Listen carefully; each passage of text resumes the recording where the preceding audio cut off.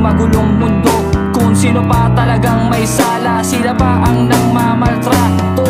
Di ko na kayang tiisin ang sakit, mga mata ay napapapikit. Pag agos ng luha di ko mapigilan, parang ang ilap ng katarungan. Dahil ba sa mga dukha lang kami, wala man lang ipagmamalaki. Karapatan na hindi balanse, bakit sa may mga salapi na nakadepende ang hirap lumaban kapag alam